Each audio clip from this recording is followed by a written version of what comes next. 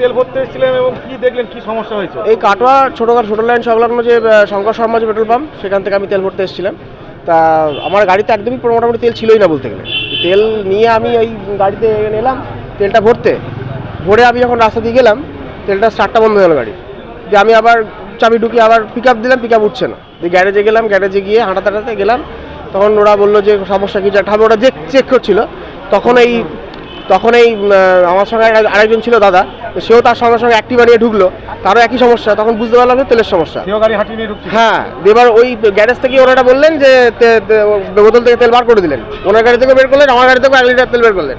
করে আমরা ওই গাড়ি হাঁটাতে নিয়ে পেট্রোল পাম্প পেলাম। পেট্রোল পাম্প জল, তেল আর জল ওপরে জল আছে। হ্যাঁ, 1 লিটার পুরোটাই জল। 75-80% পুরোপুরি জল। তারপরে যখন এলেন তখন কি দেখলেন এখানে? তারপরে আসার পরে তো অনেকেরই সমস্যা হলো, মানে আরো আমাদের সঙ্গে আরো অনেকে ঢুকলো। ঢুকে সবাই সমস্যা বলার পরে ওরা আবার গেল, পুলিশ এলেন। তারপর তো এখন তো ব্যবস্থা আমি দেখি কি হয়। একই হ্যাঁ, ডেন্সিটি চেক করার জন্য যে ওটা তো জলই বেরোলো। ওরা কনফিডেন্ট ছিল যে তেল বেরোবে, বাট ওটা তো সেই জলই, একদম জালিয়াতি। একদম।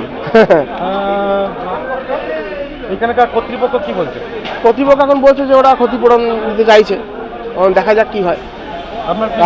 আমার নাম মৃন্ময় চক্রবর্তী। আমার তো গাড়ি স্টার্ট বন্ধ হয়ে গেছে। আমার তো গাড়ি এখন কি অবস্থা আমি জানি না। এখন ইঞ্জিনের কি ক্ষতি হয়েছে তাও বলতে পারবো না। ক্ষতিপূরণ কতদিন ধরে করছে বলে মনে করছেন? না, আমি তো তেল মোটামুটি এখান থেকেই ভরি, এখনো পর্যন্ত সমস্যা ফার্স্ট টাইম আমার হলো। এর আগে আমি এখান থেকেই তেল ভরেছি। হ্যাঁ, আপনার কি নাম? আমার নাম মৃন্ময় চক্রবর্তী। কোথায় তেল ভর্তি এসেছিলেন এবং কি দেখলেন, কি বিষয়? আমি আজকে এলাম তেল ভরতে, ভারত পেট্রোলিয়াম। ওখানে তেল ভরতে এলাম, এসে দেখছি তেল ভরার পর যাওয়ার পর দেখি গাড়ি স্টার্ট নিচ্ছে না, পিক আপ বন্ধ হয়ে যাচ্ছে। গাড়ির কোনো প্রবলেম। তা করতে দেখছি আরও সব লোকজন গাড়ি হাঁটি নিয়ে আসছে। তারা বললো দাদা, আমি গ্যারেজে গেলাম, গ্যারেজে গিয়ে বললো দাদা তেল ভরে জানা না, তেলে জল আছে।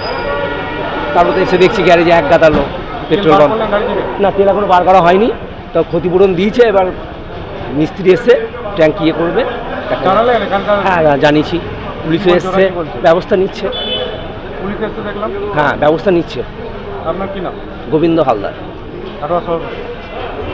দেখা গেল যে অনেকে অভিযোগ করছে যে তেলের সঙ্গে জল পাওয়া হচ্ছে, কি বলবেন এই বিষয়ে? এখন মানুষ বিভ্রান্ততে অনেক কিছু বলে ফেলছে, কিন্তু আমাদের পেট্রোলের মধ্যে জল নাই। আমাদের যেটা প্রসেস আছে কোম্পানির, সেই অনুযায়ী আমরা ওয়াটার ডিপ নিয়ে দেখলাম ট্যাঙ্কিতে, বা সব কিছু টেস্ট করেই দেখলাম। আজকেই নতুন মাল এসছে, ঢালা হলো, তারপর আনলোডিং করার পর যখন সেল করা হলো, সেখানে ইথানলের পরিমাণটা একটু বেশি আছে দেখে মনে হচ্ছে। আমরা ডেনসিটি নিয়ে দেখলাম যে কোনো রকম হেরফের কিচ্ছু হয়নি, কিন্তু মানুষ এখন বিভ্রান্তি হয়েছে। বিভ্রান্তি হওয়ার কোনো কারণ নাই। পেট্রোলে ইথানলের পরিমাণটা একটু বেশি হয়ে গেছে বলে জল টাইপের লাগছে।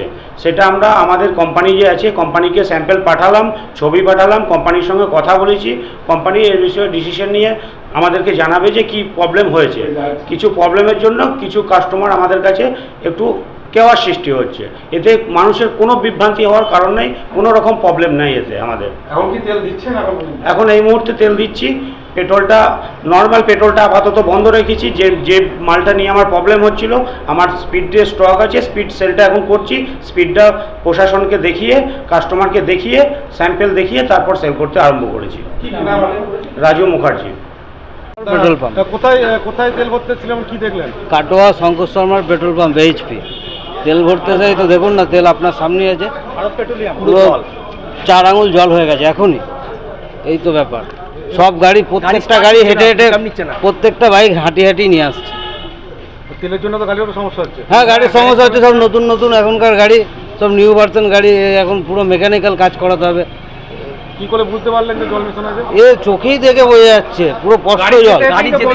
প্রত্যেকটা গাড়ি স্টার্ট অফ হয়ে গেছে, আটকে যাচ্ছে। এটা কি চাইছেন? আমরা গাড়ির মানে ক্ষতিপূরণ চাইছি, যেটা যা হয়েছে সারিয়ে দেবে। কি চাইছেন? এই তো গাড়ির ক্ষতিপূরণ দেবে, নতুন তেল ভরে দেবে, ট্যাঙ্কি পরিষ্কার করে, মেকানিক্যাল যেই খরচটা হবে পাম্প দেবে, আবার যেই পয়সা দিয়ে তেলটা ভরে যায়, তেলটাও যেন পাম্প সবাইকে ভরে দেয়। এটাই সবার বক্তব্য। এরকম কতদিন ধরে চলছিল বলে মনে করছেন? কতদিন তো কোনোদিন অসুবিধা হয়নি, আজকেই হট করে সব প্রত্যেকটা গাড়ির অসুবিধা হয়ে গেছে। আপনি ক লিটার তেল নিয়েছেন? 200 টাকার তেল ভরেছিলাম। এবার জল কতটা আছে মনে হচ্ছে? 200 টাকার তেলে হাফ লিটার তো জলই আছে। এটা রেখে দিলে এখন তো 4 আঙুল আছে, এটা রেখে দিলে 8 আঙুল হবে। কি নাম আপনার? আমার নাম অভিজিৎ বৈদ্য।